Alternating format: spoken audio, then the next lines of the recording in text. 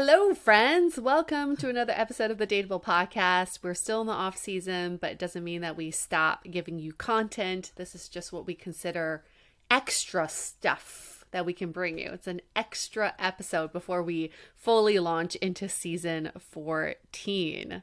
How are you doing, more Julie? of just Yue and I. I love Hey Friends. I think that's a great way to greet everyone because I do feel like our listeners are our friends sometimes. And I They think are. I actually meant to say this on a past episode, but I was at a crab feed before COVID hit again.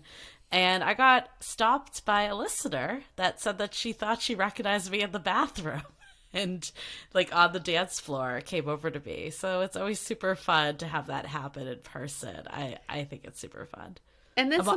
And then that happened at a previous crab feed as well. It does. But then when someone says they saw you in the bathroom, it made me be like, oh my God, what was I doing in there? Like the moments that you're like, not that I was doing anything bad in the bathroom, but you know what I mean? Like you don't think anyone's like watching you and then maybe someone is. Like, did I wash my hands long enough? Like stuff like that. Were you taking a massive dump and someone's like, I recognize that girl. Yue, we got dinged on a review for talking about number twos too much, which I thought was extremely funny because so funny. I didn't think it happened that much, but we brought it back today. So hopefully listener is still listening. I would love for that listener to let us know which episodes we talked about number two so much. Because I remember one episode, but maybe there were others that I blacked out through. So I would like to know. Yep, reviews are definitely always fun to read. It's the internet. We try not to take them too personally sometimes. Of course, there's some phenomenal reviews, so plug to all the wonderful listeners out there that want to help us out by leaving a great review. There's definitely those on there, but every so often there is one that's just funny, like these people talk about number twos too much. Yeah, it's whatever is like going on in your life at the time. It kind of is related to your review. But if you ever want to just get a good laugh out of reviews, read reviews for mattresses on Amazon. Oh my God. I can spend hours reading them because people always talk about how they test the mattress and they like to talk about their threesomes or their orgies. And if it broke the mattress or not. People are quite edgy on Amazon. I had no idea. It's like a flex to leave a mattress review. They're just like want to share their personal lives.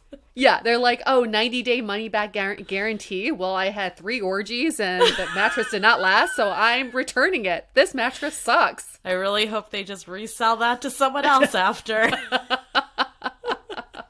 Oh, hey. Can't wait to get a new mattress. Yeah. Oh, hey, look at this open box item. It's just a little bit, don't mind the stain. Not worth the 50% off discount. Anyways, we have some good content in store that's not about number twos, not about mattresses, although you never know, it might go there. Never know. But we are going to talk about our 2022 dating predictions. We do this every year, and I would say that we're pretty spot on. We did not predict COVID because no one could, but we did predict that video was going to have a resurgence that year, and it did. We just didn't know the cause, but we knew the effect. Yes. Well, we've been predicting video for a while, so there's that. So every year we just give the same predictions. 1 year. It's going to hit. One day it will actually happen. But I think we are pretty good at this. It's like we have the magic 8 ball on what's going to happen in the year. And of course, we're not always right, but I think we're more right than wrong. Yeah. So yeah. I'm pretty impressed by our streak so far. And we had a really exciting week. We actually were on New York Public Radio. We were on all of it with Allison Stewart, which was really fun. I always think it's fun when we do radio. This is our third time doing radio. One time we actually got to go into the studio back in the day. Remember that in San Francisco. But we also did a Canadian public radio. A million years ago. I know, back in the day when you could actually go. But the beauty of all this virtual is that we can do New York public radio from our homes in San Francisco and LA. we did have to wake up early, but it was worth it. It was worth it. It was damn worth it. And it was more worth it because, okay, a couple things with this show. It's a call-in show. So there were a few callers that, came in with their questions or they just want to vent about their dating life. And then they also took DMs from Instagram, which I thought was very progressive of them. But the best part was, I don't know, maybe Julie, you should tell this part. The best part was the end of our segment. Oh my God, this is the biggest fail I think I've ever had is, on this show we're pretty unfiltered. We can say whatever we want. We can just throw that explicit content label up on Apple Podcasts and we're good to go. I forgot that on radio that you cannot be so free with your words. So the last part, Allison was asking us I think, what was it, like the biggest opportunities as daters in 2022? Or anything you want to add. Anything you want to add, right. It was so wide open. It was anything you want to add. And I started talking, and then I went to, this is the year that people just need to cut through the bullshit, basically, is what I was trying to say. Uh-huh. And all of a sudden, Yue and I were off the air. And it definitely registered to me as this was happening. It just cut to and thanks for joining, like the end. And the producer got on the phone with me and was like, yeah, you can't say that on the air. We'd love to have you guys back though, but not that. And Yue listened to the replay though, and they just cut it. There's no beep. There's no bullshit. Hopefully we got some new listeners from there. I saw some people joining our Facebook group, Loving the Time of Corona, which is awesome. So if anyone was on that show and is now at the podcast, now you know the behind the scenes. If with any live show, they expect shit like this. Literal shit now like this. Now you can't stop saying it.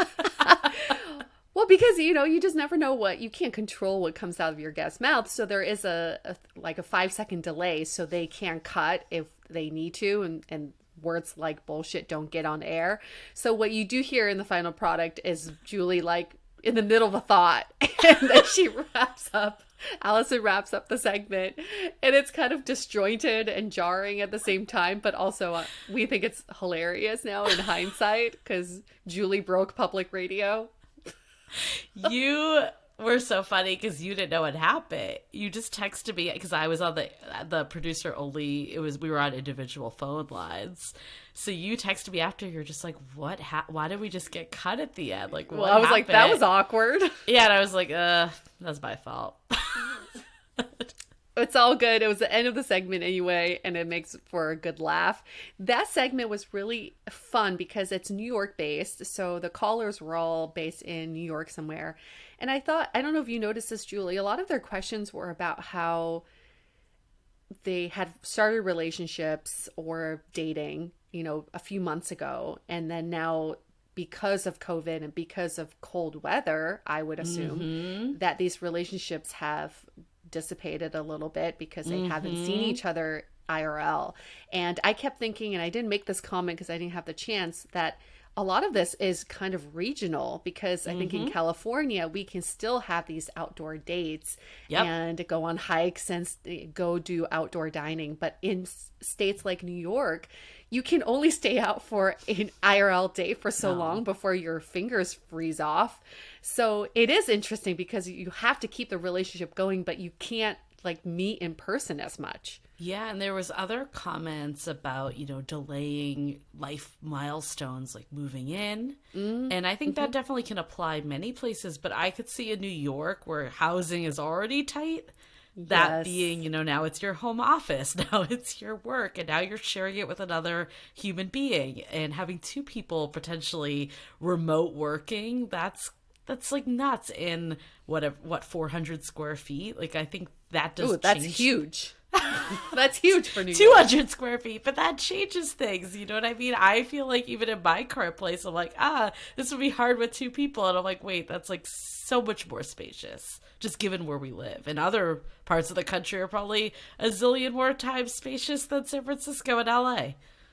It's fascinating. It's really fascinating, especially with the the weather, the city constraints, it does make your dating a little different. It's nuanced from city to city. So we love to hear more of that, because I didn't even think about weather impeding on your relationship till we did that call with her. Yeah, we do really need that resident dating expert that or resident dater that we talked about last week, because last time this year during our bonus segment, remember I did the Hinge, like I just changed my location and went to different places in Hinge and virtual travel, I'd say. Yep, and Chicago was good. Yeah, it was super interesting. So I think we need to get that again. So get those applications in. Who wants to be the resident dater? It's unpaid. I just want to make that clear, okay? We pay you in recognition. Yeah. It's your 15 minutes of fame. Should we get to our predictions? Yeah, let's do it. You know, no need to hold back, because we got some good ones. I think what we're going to do is we're going to both start with our top 3. And then we'll add some extra ones in at the end, because we always like to add the good stuff at the end. Yep. I think the biggest one that I could see is this hesidating concept. I love this term so much. Plenty of Fish coined it. I think it's a great term because it really means that you're hesitating, right? But hesitating, play on words. For anyone that didn't get that, I'm sure most of our listeners did. Thanks, Julie, for explaining that. I kept thinking you're saying it wrong. But I think hesitating is the state of the world that we're in, especially with Omicron right now. I think people want to date, especially given the last couple years. We've done a lot of self-reflection, want to get back out there, but this variant is so much more contagious than other variants. So I know if I was dating right this minute, I would probably be very concerned meeting people in real life, even though I want to. So definitely feel like we're going to go back to 2020 in the sense of doing more virtual dates, at least in January and maybe beginning of February, until this wave passes a bit. But, you know, there's a reason why dating apps blew up in those early months. It's still an alternative to doing something rather than nothing. Yeah, it's such a good term because it describes, even just by saying the word, like you feel the feelings of it. Hesitating. Yeah. People are definitely taking a pause, and if you're feeling this way, we know you're not alone, because we've heard many people are in the same boat. I think a major prediction I have is sober dating. I think sober dating is going to make its splash, its virgin splash this year. I think because 2020 and 2021 people were over drinking at home, you know, especially during the lockdowns. And I think people have seen the effects of over drinking possibly. And I know a lot of people who are doing the whole like dry first 6 months of 2022. And also in the last year, there have been 6 or 7 major companies that have come out with non-alcoholic drinks. You know, it's like mocktails or non-alcoholic beer. Like it's interesting because they're trying to mimic the flavor of delicious cocktails without the alcohol. And I can see this going into restaurants and bars more.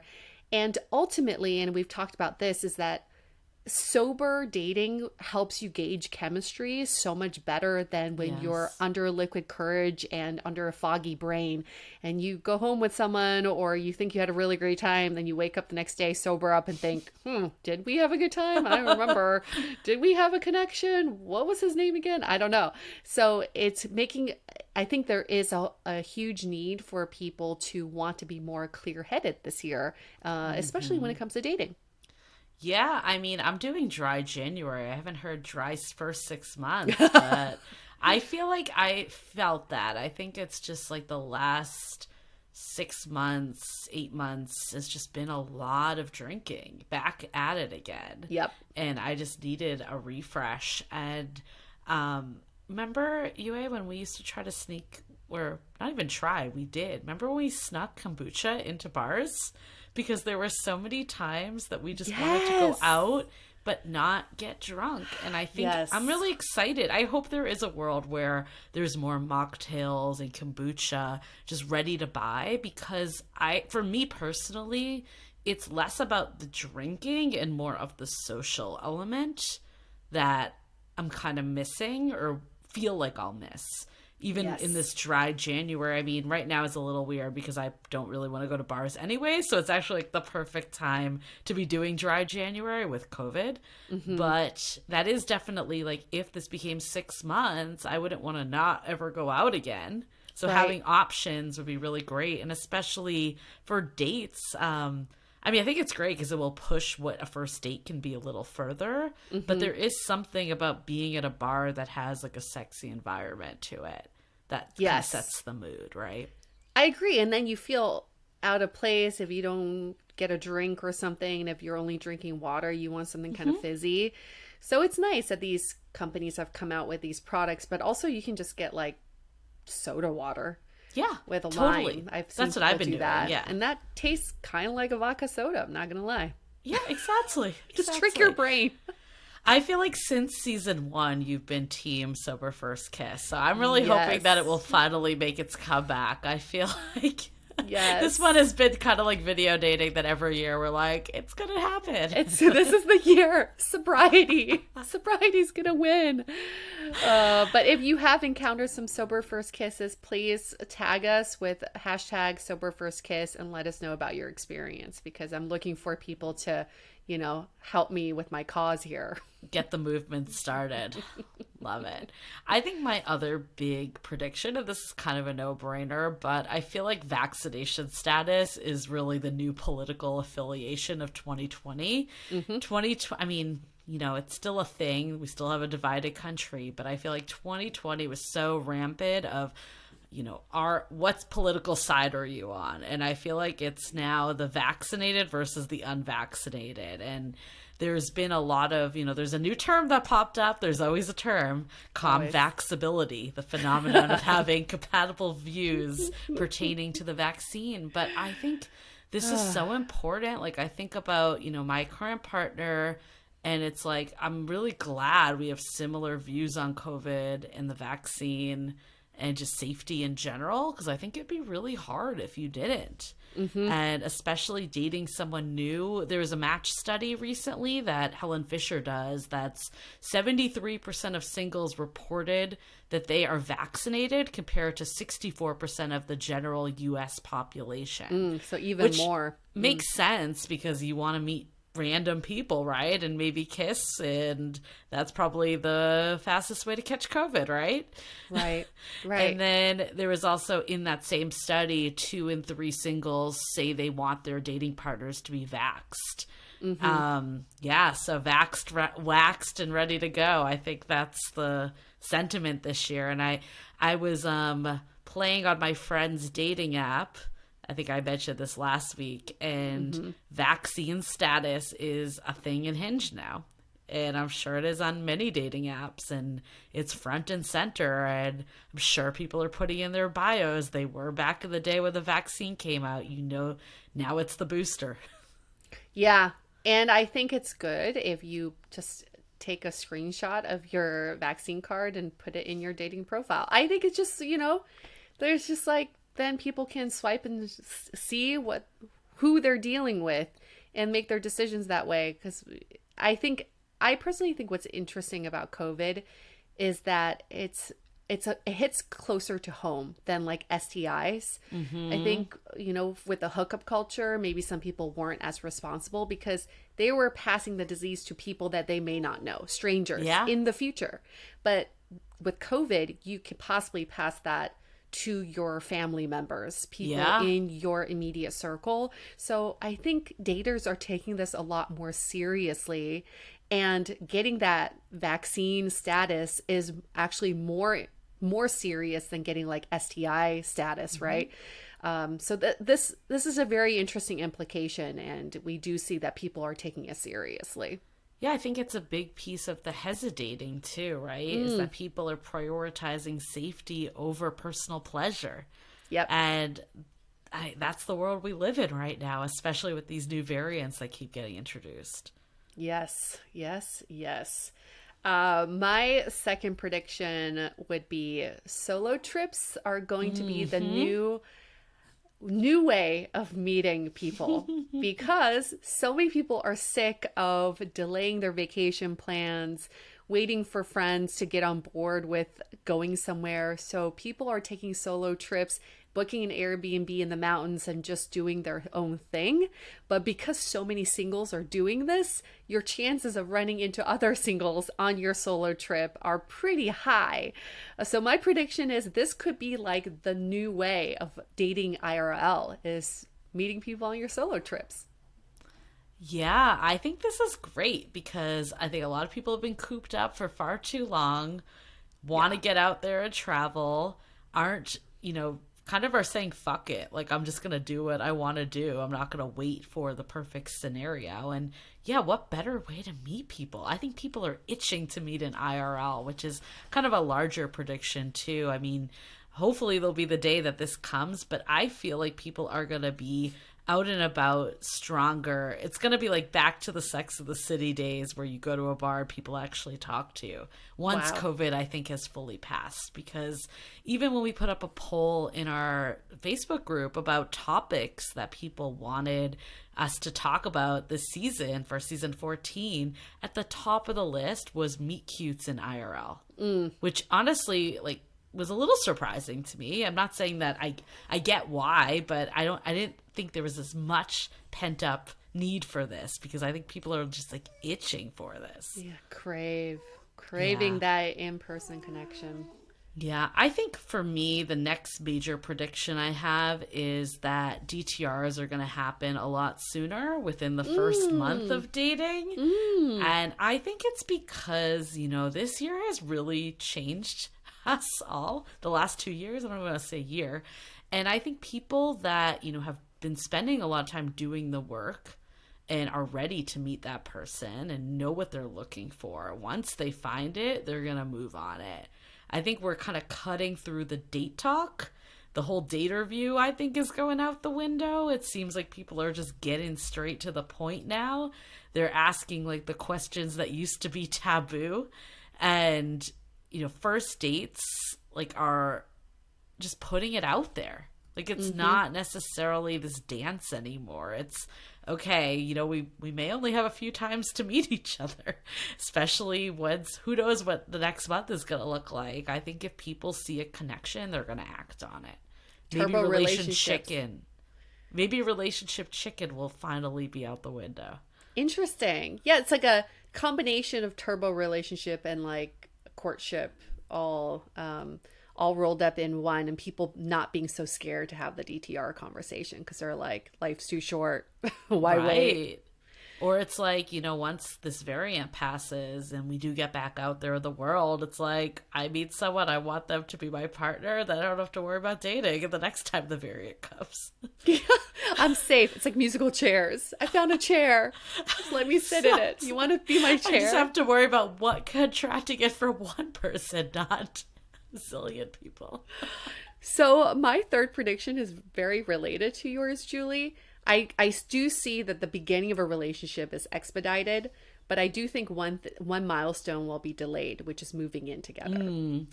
I do think that during the lockdowns and the last 2 years, personal space has been so important, and people have made their own spaces into even better spaces, that it's hard for them to give that up to share a space with someone else. And I've actually seen this with a lot of my coupled off friends who've now moved into bigger spaces so they can have separate rooms, separate quarters of the house, if you have the opportunity to do so. But I think that couples won't be rushing into moving in together, probably keeping their separate spaces like Carrie and Big, but still like sleeping at each other's places, but keeping your own thing. Yeah, I mean, I think this is something very real that I'm navigating currently too. It's like, especially working from home all the time, right? It's now not just your living space. And I think if one person isn't working from home, it can work. But if two people are working from home, it can be real challenging. Oh, it's so challenging. And people may have spent over a year decorating their own apartment and getting that mattress that they really love after reading through thousands of reviews on Amazon. Yeah. So we knew we'd bring it back to mattresses, guys. All the orgies they've had in their space. It's hard to give that up, all the memories. But I think I've talked about this. Ideally, I want a space where I have my own side of the house, he has his own side of the house, and then our communal spaces like the kitchen and the living room. Yeah. I'll say devil's advocate, though, on this. So my partner and I do co-work together. Sometimes we still live in separate spaces, but we do co-work. And, we kind of just do our own things during the day, but it's fun. It's like you have a little office buddy around. Yeah? Is it fun? I think it's fun. Between meetings. Between meetings. Well, okay. So my friend who made a really good point. So her husband started working from home since the pandemic. She was stay at home. And she said what she had to wrap her head around was the fact that just because he was physically there doesn't mean that he was always available. Yeah. And so she would kind of go into his room and be like, hey, you hungry? You want this? Do you want to talk about this? Let's talk about vacation. He's like, I'm working. Just because I'm physically here doesn't mean that you can just like knock on my door and I'm not always available. I could see that. I think there's so many factors with this one, right? It's like, what space do you live in? Yeah. I think if one person isn't working and the other one is, like you were just saying, I could see that being real hard. And then I think, it's just the demands of the specific jobs and what's happening with the individual couple. But I agree with you. I can see that people definitely have their coveted space a bit more, and it could be harder to give up. Okay, well, those are the top ones. Maybe we could throw in a few others that made the list, but maybe not the top of the list. Yeah, shall we? We want to do that? I think the one that I had is that, voice is going to become the new video. I think Hinge right now has been experimenting with voice prompts, and there's very mixed feelings about them. I feel like a lot of people think it's freaking awkward. But let's rewind to when video first came out. Everyone thought that was freaking awkward, and now we are on board with it. I do think there's a lot of video fatigue that's happened over the last 2 years. In Facebook rooms now, they have the ability to join just audio only. Clubhouse, I don't know where Clubhouse is anymore. It was all the rage. I feel like I never hear anyone talking about it anymore. No. But these voice-activated ones became all the rage for a bit. I don't know. I think it still hasn't, the code has not been cracked yet. But I think in the upcoming years that will become a lot more prominent on dating apps, because people always say that you just never know what someone's going to sound like, how their vocal. Like, it is important to hear their voice in a way. I just thought of a prediction related to that, and it wasn't on my original list, but I'm going to throw this out there. I think voice catfishing is going to happen. It's going to be a thing now. There are so many apps out there that can change your voice. On Facebook Portal, you can do that. When you call your family, you can change your voice into a different tone. You can sound like a chipmunk if you want to. Some people are very self-conscious of their voice. So maybe to attract more people would enhance their voices a little bit. And then you meet them in person and you think, wow, you sound totally different in person. Well, that's why I think that it's going to be the new video, because I feel like people now are finally comfortable with video. But it took a long time to get there. And I do think people are extremely uncomfortable about hearing their own voice. We even get that on the podcast. Yep. Some of our guests are like, I couldn't listen because I didn't want to hear my voice, Yeah. I think it's going to happen, though, in the next year, or maybe 2 years. It might take 2 years. That's okay. I'm excited to see what that's all about. I know a few dating apps have tried to start with just audio, and I don't know what happened to them, but maybe they'll come back. Let's see what happens. Some other ones, I guess, for on my original list would be people prioritizing self-care before dating. Self-care is so important, and I think those last-minute dates are just not going to happen anymore. People are going to say no. You know, if you're asking me out this today for tonight, I'm not going to do it because I rather do the thing that I really want to do, which is taking care of myself. I mean, I've thought that for years, that it shouldn't be around someone else's schedule, but it's like, how could dating fit into my life? Obviously, you want to work with the other person too, but I would never just drop something to go on a date, ever. But many people would. I know. I remember there was like someone posted something on Facebook about like, how do you know, like not take these last minute dates so you don't spend your whole day planning it around this date. And I'm like, wait, you need to be planning the date around your day, not the day around your date. Yeah. Yeah. So hopefully, because people have had mojo, I think because people have had time to focus on themselves and to think about self-care, that this becomes a priority above squeezing in dates whenever you can. I hope so. I hope so too. Another thing I hope is that dating apps will finally get rid of the race filters and the height ones while we're at it. Are still some of them that have the race filters? They're still there. Hinge has it. Hinge has it still. And you can say how important it is to you. I think it's going to become obsolete. Remember when Match used to have body types? That's gone. Yes. I think height eventually will be gone too. I don't think there's any reason to have that on there either. Just make an assumption. It's like body type. Make an assumption based on the photo. You don't need to spell it out and like filter people out because of it. Oh, that would be it.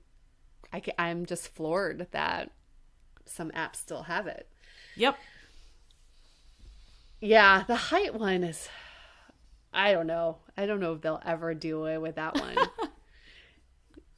Yeah, I don't know. People seem to still think that is so important. I know. It's fascinating. So arbitrary. But no one in real, like if you meet someone in real life, you're not like, how tall are you? You know? Right. You just assess how they feel with you. Right. Does anyone really know the difference between 5'8" and 5'10" or even 6 feet? No. Like no one's out there with their measuring stick. So ridiculous. Just see if it feels like a good fit to you. All right. Another one I have would be, I think dating apps will try to couple mental health with swiping now. So maybe it's like a mental health check-in before you even start getting matches. Maybe it's checking some filters on what you're currently feeling, that you can match with other people on the same wavelength. Because how you truly feel once you open that app is pretty damn important. Yeah, I think mental health it's been so front and center the last couple of years. And I think therapy is probably the hottest thing someone can put in a profile. I believe Logan even put forward a study at Hinge that when someone saw that someone did therapy, their attraction to them went up. So that would never have happened even like 5-10 years ago, like 5 years ago, I feel like. So I think it's going to become more front and center for sure. I think the last one I'll comment on is, I said this before, but I think IRL meeting is going to have a huge comeback. But let's talk about when you first meet, even in our IRL from a dating app. You know how it's always that you went in for the hug? Mm-hmm. There's no way that's going to be the greeting anymore. No. Even though I still find people go in for the hug. Yeah. But I think that's going to become obsolete eventually. Because I think especially with strangers that you're never meeting anymore, like that you've never met before, it's just so aggressive. Yeah. Yeah. Do you see, like, when you're watching TV and they hug on TV, do you kind of cringe? I do. I'm like, oh my God, they just hugged. I don't. It's so awkward because I feel like even with COVID, when you're out and about, people will hug you. Like people you have, like friends that you haven't seen in a while, or like friendly acquaintances. And, like someone, I I was out for dinner with a friend, and like someone she knew came by, and their boyfriend like shook my hand. And I'm like, can you not? Yeah. But like you can't say anything to them. And it's always one of those things, especially when it's a hug. In the moment, I'm like, okay, this is normal. And then after, I'm like, oh, I don't wish that didn't happen.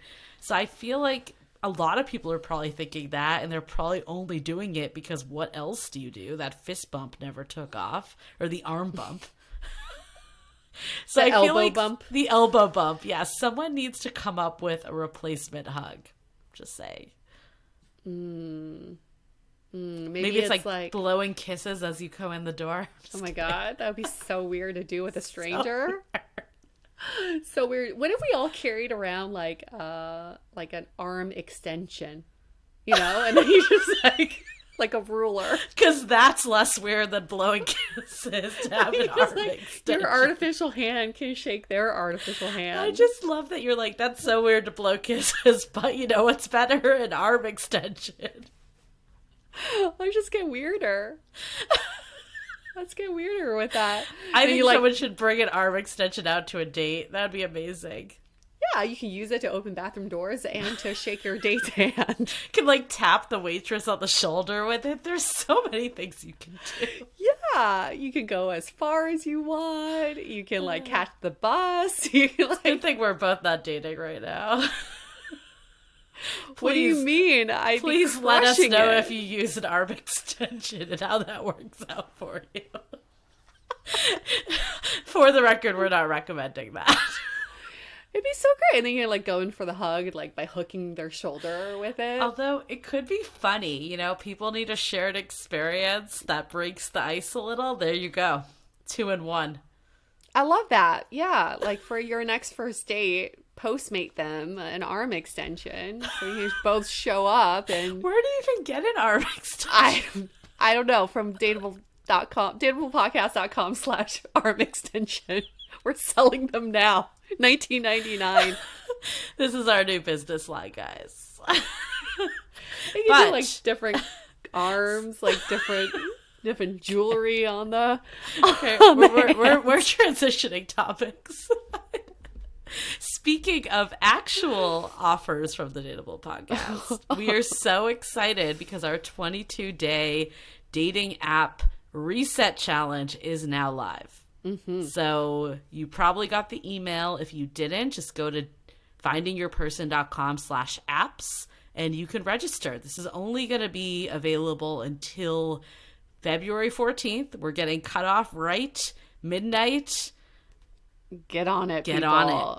You know, this is the time. This is the time. It's after 22 days of this challenge, you're going to be using dating apps in a way that you've never used them before. So why not try something new for the new year and set the tone for the rest of the year so that you can slay the dating apps? I mean, I personally love dating apps, and I know I'm in the minority. I do. I met my partner on a dating app. I met a past boyfriend on a dating app. I've met actually a lot of great people on dating apps, even if they didn't become actual significant others. I feel like it actually just kind of kills me inside when I hear people talk about their disdain for them. Because while I don't think it needs to be the only way you meet someone, it certainly is not, but why cut out this great avenue of all these people? Mm-hmm. And I said this to both of my significant others that I met off dating apps, then I would never have met them. Like there's no connection. And I mean, I would be so sad if I didn't meet my current partner, you know? Right? Like that's just from a swipe. Like it's so crazy when you think about it. But if you can get to a place that you really like see them for what they are, an introduction to people that you would not meet, it can be a beautiful thing. And especially with COVID right now, I know people are like, well, I don't know. But at the same time, what are the other options? Dating apps have been the prominent way to meet people. And we're gonna, you know, obviously the goal is to eventually get out there and meet people in real life from the dating apps. But even doing the 22 days of prep up until then, or within that, will really set you up once this variant is much more under control. And video dates. Dating apps aren't out to get you. No. They were not designed that way. They're actually meant to facilitate connection and to help you and to open up your options. It's just the way we've been using them that fucks us over. But that's why we came up with this challenge, because it'll help you reframe how you use the apps, what your behavior is like on the apps, and then like expectations, you know. Yeah. Yue and I spent a while coming up with all these like tactics and tips and tricks and hacks. Even though we don't like hacks, sometimes with dating apps, you got to do a few hacks. Yeah, there's some hacks. I think that's the area that I'm not above it. And we came up with a bunch of stuff that made dating apps a pleasant experience. Look, no one's going to say that it's super fun in any way, but the more you can make it feel like not dreading the second job, all of that, it's just the way you show up is going to be so different. I told my parents about the dating apps today. I mean, they know about it, but I, went in depth about what they do, and they were both so envious.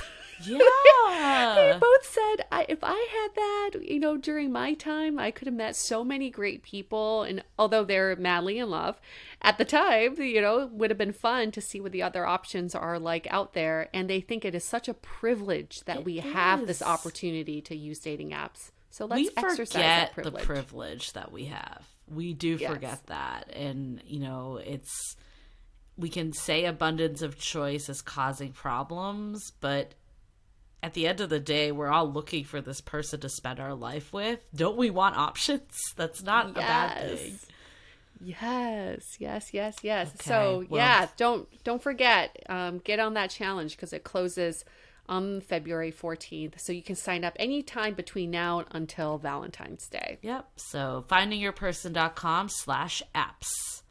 Okay. Well, those are our dating predictions. Again, we're not psychic. Okay. There's a disclaimer here, but if these do come true, give us credit. Especially that voice activated one. I know it's happening. And the arm extender. The arm extender. Somehow that made it on the list. Okay. You heard it here first. Get your arm extender. Let's wrap this up before I come up with the other extenders that you can put on your body.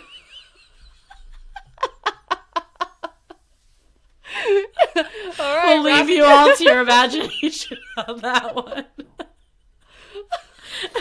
So what is penetration exactly? Okay. Hey, 6 feet apart, right? Gotta stay 6 feet apart.